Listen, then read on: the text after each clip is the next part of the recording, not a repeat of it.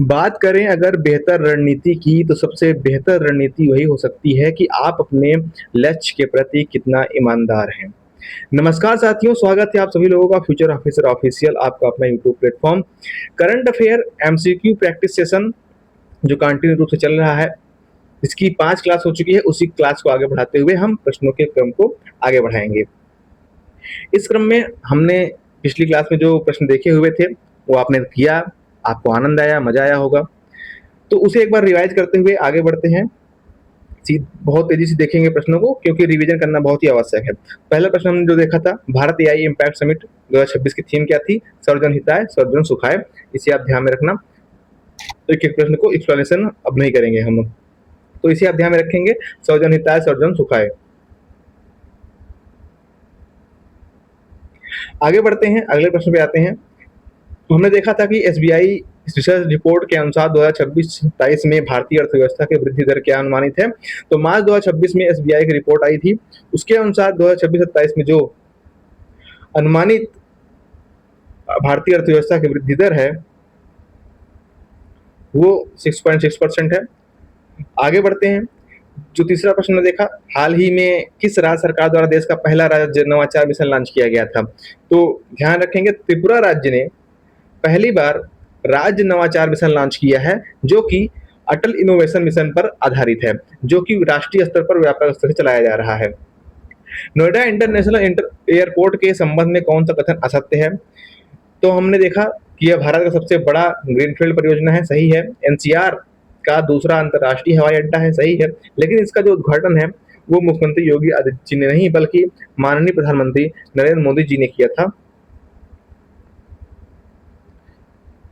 इसे ध्यान में रखेंगे। तो ये प्रश्न का सही जवाब था, जो इसमें असत्य कथन चुनना था। आगे बढ़ते हैं। उत्तर प्रदेश के किस नगर निगम ने मियावाकी पद्धति का प्रयोग करते हुए 1 घंटे में 2.51 लाख पौधे लगाने का गिनीज वर्ल्ड रिकॉर्ड बनाया? तो वाराणसी द्वारा ये गिनीज वर्ल्ड रिकॉर्ड बनाया गया। वाराणसी नगर निगम ने 1 घंटे में 2.51 लाख पौधे लगाने का गिनीज वर्ल्ड रिकॉर्ड बनाया है। मार्च 2026 में उत्तर प्रदेश सरकार ने प्रोजेक्ट गंगा का आरंभ किया। इसका उद्देश्य क्या है? तो ग्रामीण घरों में हाई स्पीड इंटरनेट कनेक्शन प्रदान करना प्रोजेक्ट गंगा का उद्देश्य है। मार्च 2026 में उत्तर प्रदेश सरकार ने प्रोजेक्ट गंगा को आरंभ किया था। गंगा एक्सप्रेसवे के उत्तर प्रदेश के किन 2 शहरों को जोड़ेगा? तो गंगा एक्सप्रेसवे मेरठ और प्रयागराज को जोड़ रहा है।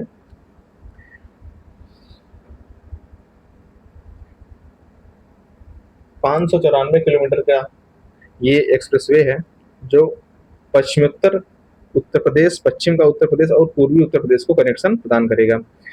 शाहजहांपुर में इसमें इमरजेंसी लैंडिंग सुविधा विमान सैन्य विमानों के लिए प्रदान की गई। इसे भी आप ध्यान में रखेंगे। प्रश्न संख्या 8 पे आते हैं। डियागो गार्सिया के में स्थित ब्रिटेन अमेरिका का एक संयुक्त सैन्य अड्डा चर्चा में रहा। डियागो गार्सिया किस द्वीप समूह का हिस्सा है? तो डियागो गार्सिया चागोस द्वीप समूह का हिस्सा है। इसे आप ध्यान में रखेंगे। डियागो गार्सिया चागोस द्वीप समूह का हिस्सा है। प्रश्न संख्या 8 के बाद 9 मिस हो गया। 10 पे आते हैं। लिटानी नदी जो हाल में खबरों में जिसमें स्थित है, तो लिटानी नदी लेबनान में स्थित है। इसे आप ध्यान में रखेंगे। प्रश्न संख्या 11 पे आते हैं। साउथ पार्स गैस क्षेत्र हाल ही में चर्चा में रहा, या निम्नलिखित में से किस क्षेत्र में स्थित है? तो साउथ पार्स गैस क्षेत्र फारस की खाड़ी क्षेत्र में स्थित है। इसे आप ध्यान में रखेंगे। साउथ पार्स गैस क्षेत्र फारस की खाड़ी क्षेत्र में स्थित है। शाहेड ड्रोन किस देश द्वारा विकसित मानव रहित हवाई वाहन है? शाहेड ड्रोन किस देश का है? तो ईरान का है। इसे आप ध्यान में रखेंगे। शाहेड ड्रोन किस देश का है? विकसित मानव रहित हवाई वाहन है ईरान का। सेजिल बैलिस्टिक मिसाइल, जिसे डांसिंग मिसाइल भी कहा जाता है, किस देश का सबसे उन्नत घातक मिसाइल है? तो ईरान का सबसे उन्नत घातक मिसाइल है, जिसे डांसिंग मिसाइल कहा जाता है, क्योंकि यह लक्ष्य पर पहुंचने पर अंतिम समय में अपनी दिशा और रास्ता बदल सकता है। तो सेजिल बैलिस्टिक मिसाइल किसका है? ईरान का है। आगे बढ़ते हैं। हाल ही में पश्चिम एशिया में बढ़े तनाव के संदर्भ में होर्मुज जल डमरू मध्य चर्चा में रहा। तो कथनों पर विचार करना था आपको कि होर्मुज जल डमरू मध्य फारस की खाड़ी को ओमानी खाड़ी जोड़ता है, सही स्टेटमेंट था। उसके बाद इस दूसरा कथन था कि इसके उत्तर में ईरान तथा दक्षिण ओमान का मुसम्मदम प्रायद्वीप स्थित है, ये भी सही था। कुवैत, कतर, बहरीन, इराक तथा संयुक्त अरब अमीरात के तेल व गैस निर्यात का सबसे बड़ा भाग इसी मार्ग से गुजरता है। तो तीनों स्टेटमेंट यहाँ पर सही थे। 1, 2 और 3 तीनों स्टेटमेंट यहाँ पर सही थे। ये रहा था आपका होर्मुज जल डमरू मध्य। यहाँ पे आपका फारस की खाड़ी है, यहाँ पे आपका गल्फ ऑफ ओमान है। इसे आप ध्यान में रखेंगे। आगे बढ़ते हैं तो जो महत्वपूर्ण स्टेट चर्चा में था उन पे प्रश्न था। होर्मुज जल डमरूमत जो है वो फारस की खाड़ी और ओमान की खाड़ी को जोड़ता है। बाबल मंदिर लाल सागर और अदन की खाड़ी को जोड़ता है। मलक्का हिंद महासागर और प्रशांत महासागर को जोड़ता है आपस में। इन तीनों स्टेट को, तीनों जल संधियों को आपको ध्यान रखना है। आगे बढ़ते हैं 15 के बाद। अब हम आज की क्लास शुरुआत करते हैं प्रश्न संख्या 16 से। प्रश्न संख्या 16 है कि यदि होर्मुज जल डमरूमत अवरुद्ध हो जाए तो निम्नलिखित में से सबसे अधिक प्रभावित कौन होगा, बताइए। आपके ऑप्शन है विश्व तेल व्यापार, विश्व गेहूं व्यापार, विश्व कपास व्यापार, विश्व चाय व्यापार। तो साथियों, इतना अधिक चर्चा में ये प्रश्न रहा है तो इसका ऑप्शन बिल्कुल सही आप लोग करके जाएंगे, विश्व तेल व्यापार। क्योंकि वैश्विक तेल निर्यात का 20% अकेले होर्मुज जल डमरूमत से गुजरता है। और इसी का कारण था कि जब हाल ही में पश्चिमी एशिया संकट उत्पन्न हुआ तो वैश्विक स्तर पर तेल ऊर्जा संकट, गैस ऊर्जा संकट व्यापक रूप से देखने को मिला और प्रति बैरल तेल के जो दाम हैं बहुत तेजी से बढ़ गए थे। पर संख्या 17 पे आते हैं। निम्नलिखित युग्मों पर विचार कीजिए। ऑपरेशन प्रॉस्पेरिटी गार्जियन, मिलान करना है आपको, रूस। दूसरा ऑपरेशन राइजिंग लायन, इजराइल से। तीसरा है कि ऑपरेशन टू प्रॉमिस, ईरान से। उपरोक्त में से कौन से सही सम्मिलित है ये आपके बताने हैं। आपके ऑप्शन है केवल एक और केवल दो। ऑप्शन बी है केवल दो और तीन। ऑप्शन सी है केवल एक और तीन। ऑप्शन डी है केवल एक, दो और तीन। तो बताइए कौन सा जो ऑपरेशन है और संबंधित जो देश है उनके साथ बिल्कुल सही सम्मिलित है, ये आपको बताना है। बताइए। तो साथियों, ऑपरेशन प्रॉस्पेरिटी गार्जियन जो है ये रूस का नहीं बल्कि अमेरिका का है, यूएसए का है, इसे आप ध्यान में रखिए। ऑपरेशन राइजिंग लायन इजराइल ने शुरू किया था ईरान के खिलाफ युद्ध में। और ऑपरेशन ट्रू प्रॉमिस जो है वो ईरान ने शुरू किया था इजराइल के खिलाफ। और ऑपरेशन प्रॉस्पेरिटी गार्जियन ये अमेरिका का है। तो दो ऑप्शन बिल्कुल सही हैं आपके, ऑप्शन दो और तीन। तो दो और तीन सही होगा, ऑप्शन बी आपका सही जवाब होगा, ऑप्शन दो और तीन।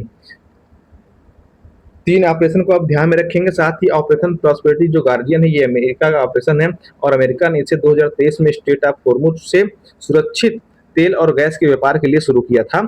और हाल का जो पश्चिम एशिया संकट था उसने केवल ऑपरेशन को फिर से पुनः सक्रिय किया, न कि पुनः ऑपरेशन स्टार्ट किया था। तो अगर हम ये अगर इसमें अगर डेट के याद रखें, समय याद रखें, तो ऑपरेशन प्रॉस्पेरिटी गार्जियन जो था अमेरिका का ऑपरेशन 2023 में शुरू किया गया था, ना कि 2026 में। 2026 में इसे स्ट्रेट ऑफ होर्मुज की सुरक्षा के लिए फिर से अमेरिका ने सक्रिय किया था, इसे आप ध्यान में रखेंगे। और साथ में जो और ऑपरेशन है उसको भी आप ध्यान में रखेंगे।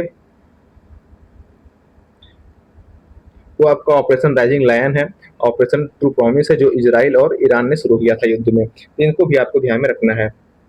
आगे बढ़ते हैं प्रश्न संख्या 17 के बाद हम आते हैं प्रश्न संख्या 18 पर। हालिया सिप्री रिपोर्ट के अनुसार किस पड़ोसी देश ने अपने हथियारों की खरीद में 66% की भारी वृद्धि दर्ज की है और वह वैश्विक स्तर पर शीर्ष हथियार आयातकों में 5वें स्थान पर रहा है। ऑप्शन है आपके कतर, सऊदी अरब, पाकिस्तान, यूक्रेन। साथियों, किस पड़ोसी देश ने अपने हथियारों की खरीद में 66% की भारी वृद्धि दर्ज की है, जो हालिया सिप्री रिपोर्ट आई है उसके अनुसार। तो सिप्री रिपोर्ट से हमेशा हमको प्रश्न देखने को मिलते हैं। तो अगर हम इस प्रश्न को देखें तो पड़ोसी देश हमारा कौन है, इसमें से पाकिस्तान हमारा पड़ोसी देश है। और हाल के वर्षों में पाकिस्तान ने हाल के वर्षों में भारी हथियार आयात किए हैं जिसमें 66% की वृद्धि दर्ज की है। और वह सिप्री रिपोर्ट के अनुसार वैश्विक स्तर पर हथियार आयातकों की जो सूची है उसमें 5वें स्थान पर रहा है। पहले स्थान पर यूक्रेन है, दूसरे स्थान पर भारत है वैश्विक स्तर पर हथियार आयातकों की सूची में जो हाल की सिप्री रिपोर्ट आई है। और तीसरे स्थान पर सऊदी अरब और चौथे स्थान पर कतर है, 5वें स्थान पर पाकिस्तान है। इसे आप ध्यान में रखेंगे जो टॉप 5 है। 5वें स्थान पर आपका पाकिस्तान था। आगे बढ़ते हैं, इसी से संबंधित एक और प्रश्न करते हैं क्योंकि सिप्री रिपोर्ट से अक्सर हमें प्रश्न देखने को मिलता है। तो स्टेटमेंट का प्रश्न है, 3 स्टेटमेंट दिए हैं आपको, किसके बाद प्रश्न बताना है। तो प्रश्न पढ़ते हैं, आप ध्यान से स्टेटमेंट को देखिएगा। Stockholm International Peace Research Institute द्वारा जारी, सिप्री द्वारा जारी रिपोर्ट का क्या नाम है, trends in international arms transfer report के संबंध में निम्नलिखित कथनों पर विचार कीजिए।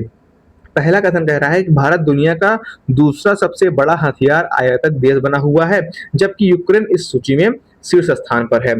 दूसरा स्टेटमेंट कह रहा है रूस अभी भी भारत का सबसे बड़ा हथियार आपूर्तिकर्ता देश है, जिसके बाद क्रमशः फ्रांस और इजराइल का स्थान है। तीसरा स्टेटमेंट कह रहा है कि पिछले 5 वर्षों की अवधि की तुलना में इस बार भारत की कुल हथियार आयात में मामूली वृद्धि दर्ज की गई है। बताइए तीनों में से उपरोक्त कथनों में से कौन सा सही है? यह है आपके ऑप्शन है केवल 1 और 3, ऑप्शन बी केवल 1 और 2, या ऑप्शन सी केवल 2 और 3, या ऑप्शन डी 1, 2 और 3। बताइए कौन सा स्टेटमेंट सही होगा? साथियों, एक-एक स्टेटमेंट अगर ध्यान से पढ़े तो सिप्री की जो रिपोर्ट है, रिपोर्ट का नाम क्या है? Friends international arms transfer report. यह रिपोर्ट सिप्री द्वारा जारी किया जाता है, जो कि वैश्विक स्तर पर जितने भी देश हैं उनकी हथियार और सैन्य जो उपकरण है, जो हथियार हैं, उनकी क्या स्थिति है वैश्विक रूप से, उसको बताता है। तो इस रिपोर्ट के अनुसार भारत दुनिया का दूसरा सबसे बड़ा हथियार आयातक देश बना हुआ है और यूक्रेन इसमें शीर्ष स्थान पे है। पहला स्टेटमेंट आपका सही है। जो पहला स्टेटमेंट है सही है। दूसरा स्टेटमेंट कह रहा है रूस अभी भी भारत का सबसे बड़ा हथियार आपूर्तिकर्ता देश है, इसके बाद फ्रांस और इजराइल का स्थान है।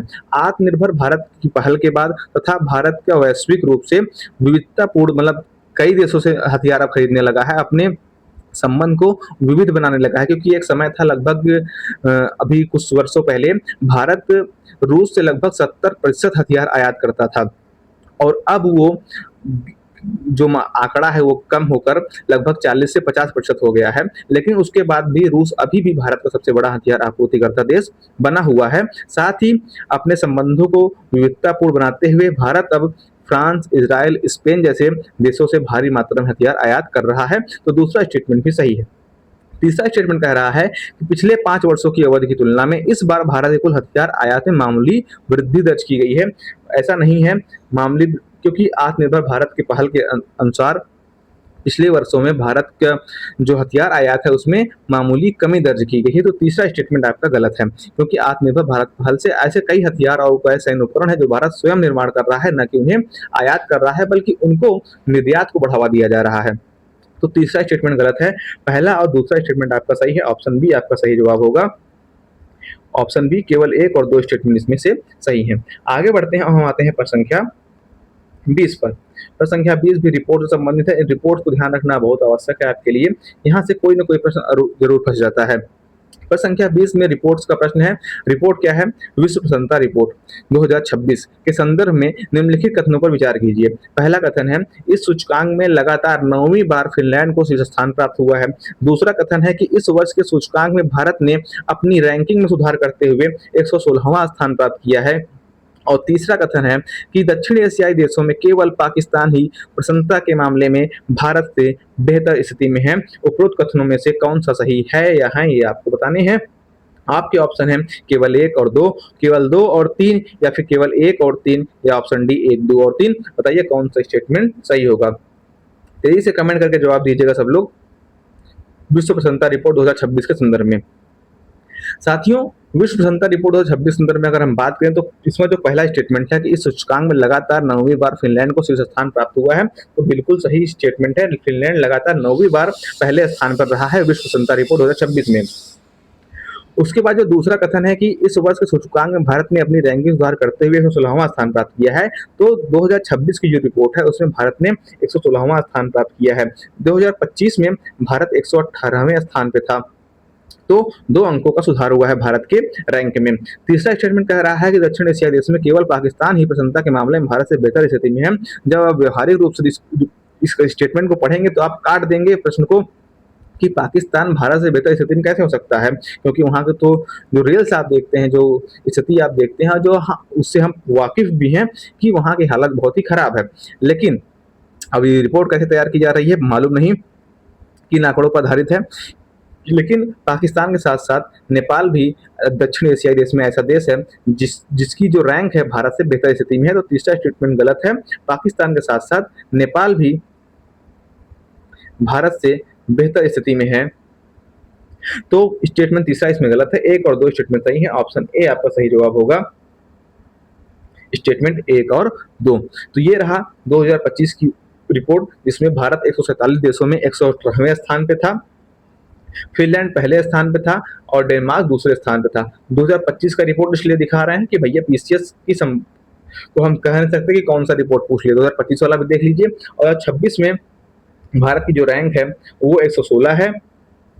फिनलैंड लगातार 9वीं बार फर्स्ट रैंक है और दक्षिण एशिया देश में नेपाल और पाकिस्तान की जो स्थिति है भारत से बेहतर है। तो ये रिपोर्ट आप ध्यान में रखेंगे।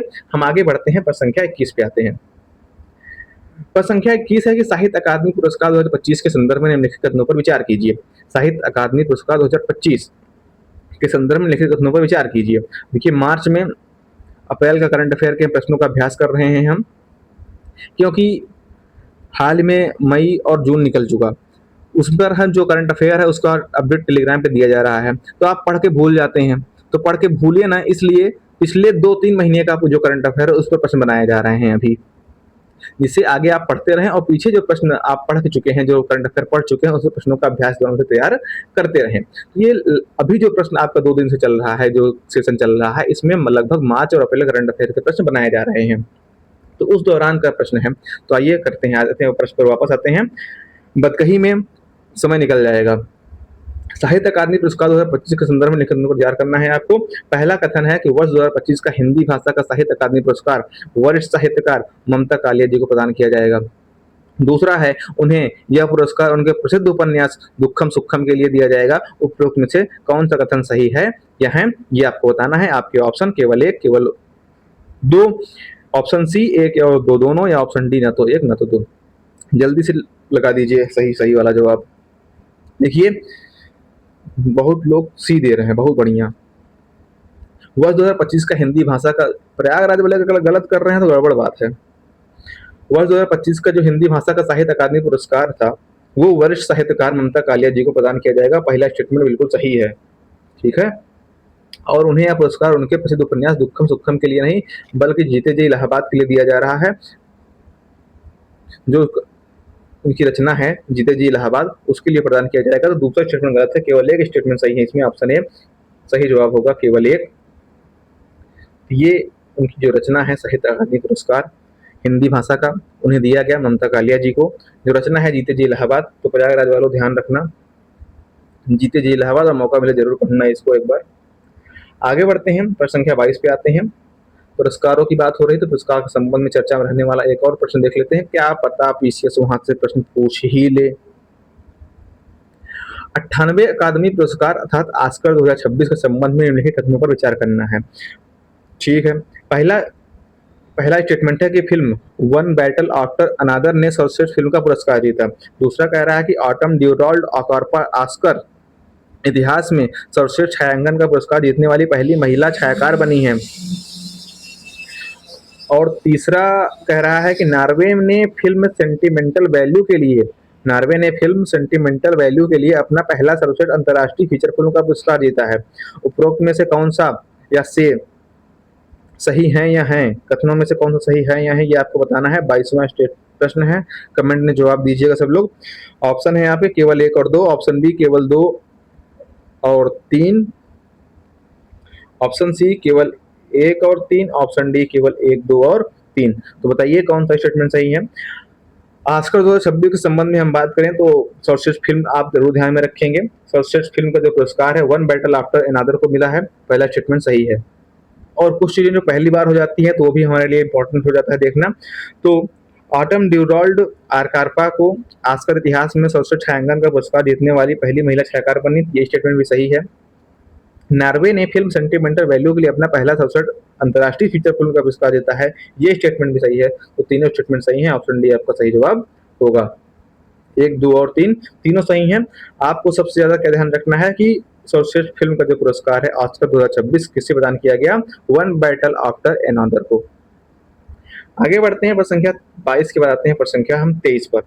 फोर्ब्स की विश्व अरबपतियों की सूची, तो रिपोर्ट और आंकड़ों की बात हो रही है तो कुछ और रिपोर्ट है हमारे पास, उनको हम देख लेते हैं। एक काम ये करेंगे कि परीक्षा के पहले, एग्जाम के पहले जितने भी रिपोर्ट, जितने भी इंडेक्स आते हैं, जितने भी आंकड़े वाले प्रश्न आते हैं, जहां से उन सबको एक साथ रखकर उन पर प्रश्न बना के करंट अफेयर का जो एमसीक्यू प्रैक्टिस सेशन है एक अलग से बना दिया जाएगा।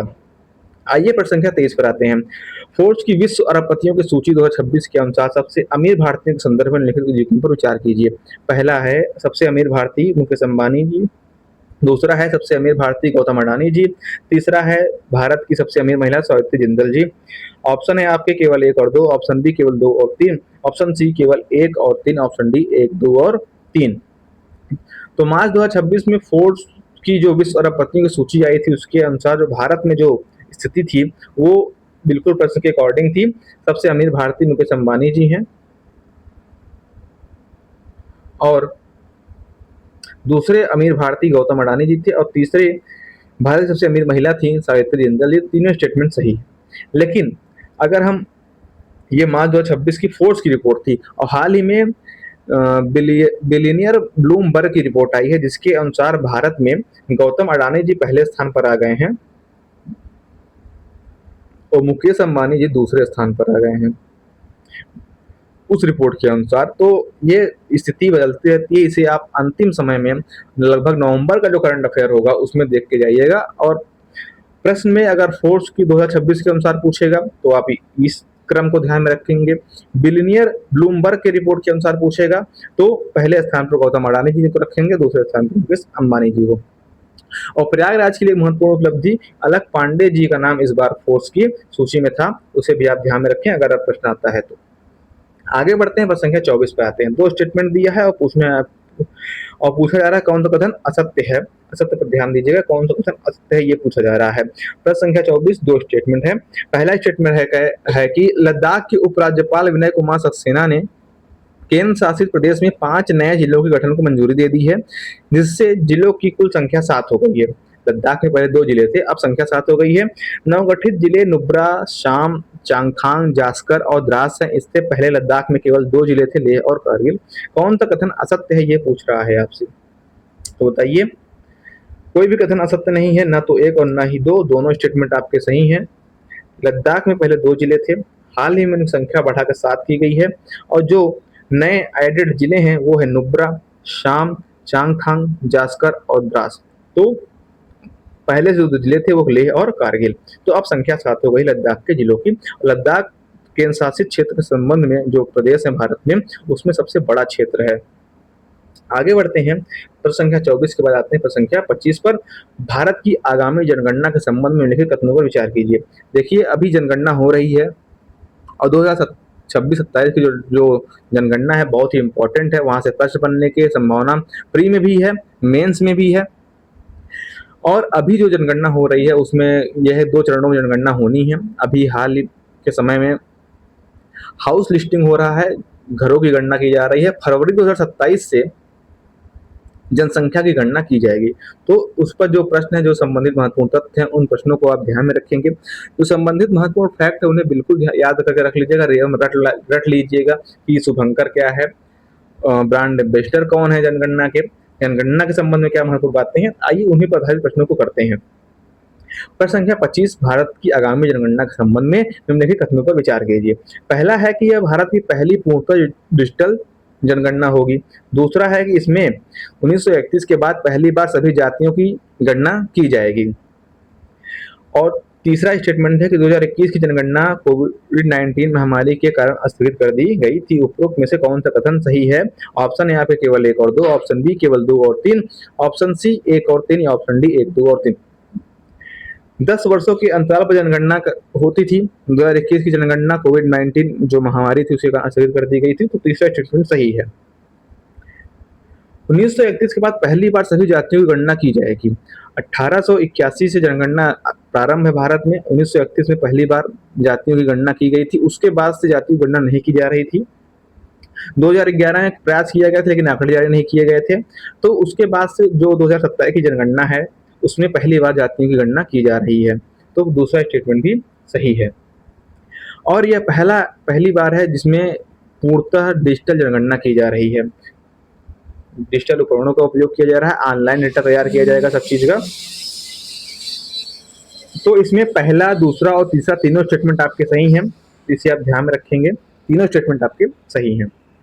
आगे बढ़ते हैं, प्रश्न संख्या 26 पे आते हैं।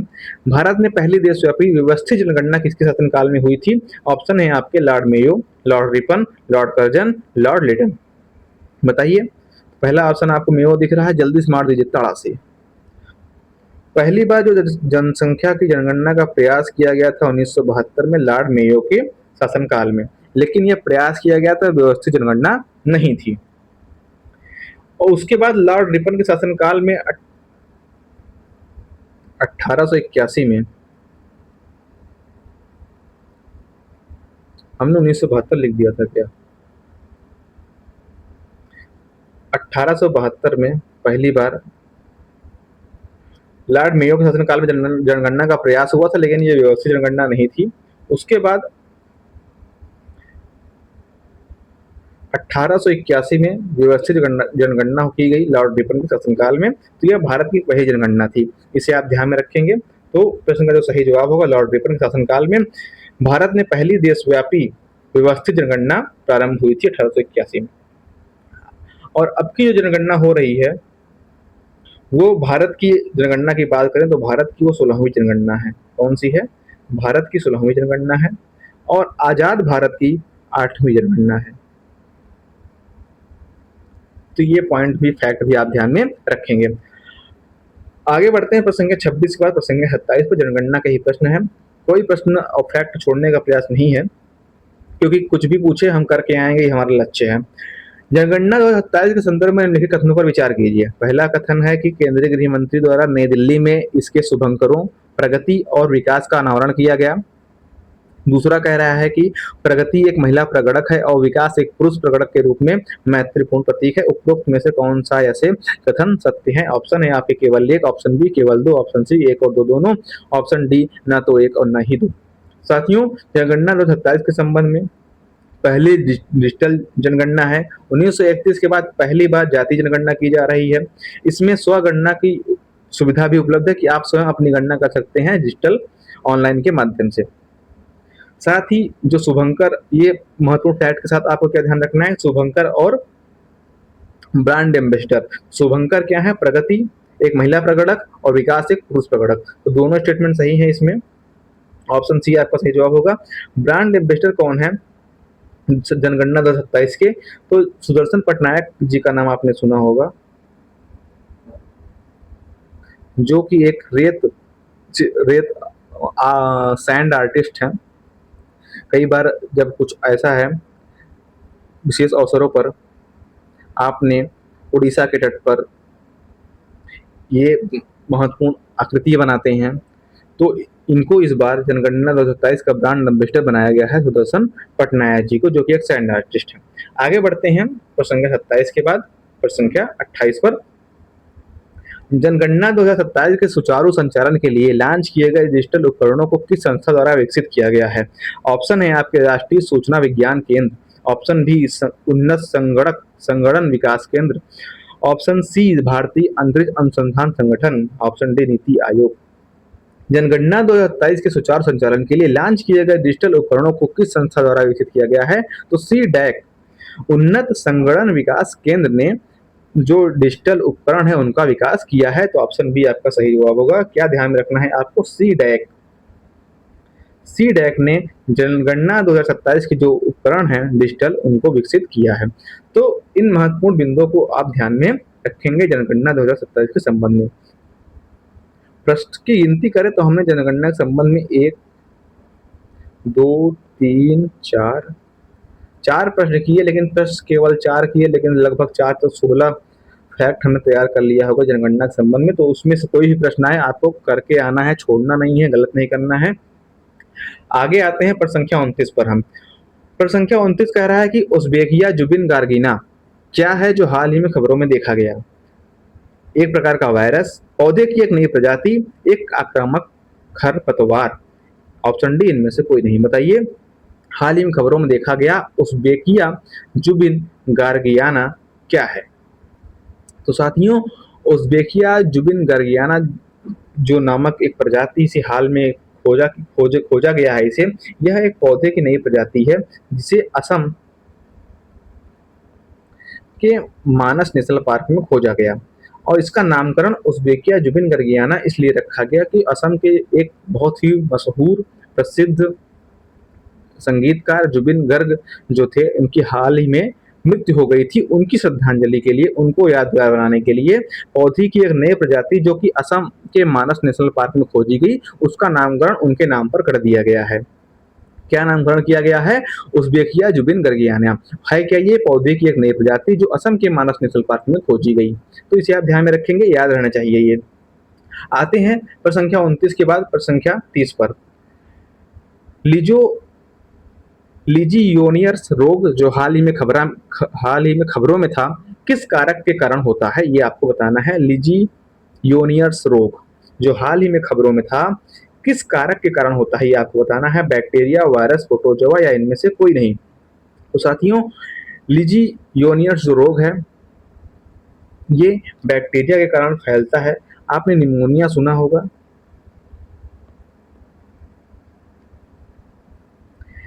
निमोनिया का ये गंभीर रूप है जो कि दूषित पानी, दूषित हवा से फैलता है। इसमें क्या होता है? फेफड़ों का गंभीर संक्रमण हो जाता है और जो कि आगे चलकर मृत्यु का कारण बन जाता है। तो बढ़ते शहरीकरण से इसके केस उसमें वृद्धि देखी गई है। इसके आंकड़ों में वृद्धि देखी गई है और ये बहुत गंभीर बीमारी है जिसमें फेफड़ों में संक्रमण हो जाता है और व्यक्ति की मृत्यु हो जाती है। ये किस कारण से होता है? बैक्टीरिया के कारण से होता है। निमोनिया का एक गंभीर रूप है लीजियोनियस रोग जो कि हाल ही में बढ़ते शहरीकरण के कारण शहरों में देखा गया और मृत्यु का गंभीर कारण बन रहा था। तो इसे आप ध्यान में रखेंगे, लीजियोनियस रोग को। आगे बढ़ते हैं, प्रश्न संख्या 31 पे आते हैं। सरहुल उत्सव जो हाल ही में खबरों में था, किस राज्य में मनाया जाता है? प्रश्न संख्या 31 है, सरहुल उत्सव जो हाल ही में खबरों में था, किस राज्य में मनाया जाता है? तो साथियों, आपके ऑप्शन छत्तीसगढ़, झारखंड, मध्य प्रदेश, राजस्थान। तो सरहुल जो उत्सव है वो झारखंड में मनाया जाता है, इसे आप ध्यान में रखेंगे। सरहुल उत्सव झारखंड में मनाया जाता है। आगे बढ़ते हैं, प्रश्न संख्या 31 के बाद आते हैं प्रश्न संख्या 32 पर। आज यहीं तक करते हैं, बड़ी क्लास हो जाती है तो फिर बहुत बोरिंग हो जाएगा। प्रश्नों का अभ्यास करते रहिए कंटिन्यू रूप से। करंट अफेयर का अपडेट आपको टेलीग्राम पे और उस पर आधारित प्रश्नों का अभ्यास आपको यूट्यूब चैनल पर परीक्षा तक मिलेगा। और एग्जाम के तैयार कराने का जो 20 से 25 प्रश्न आने वाले हैं करंट अफेयर से, उनको लक्षित किया जाएगा, टारगेट किया जाएगा। जय हिंद साथियों, बहुत बहुत धन्यवाद आप सभी लोगों का। मिलते हैं आगे।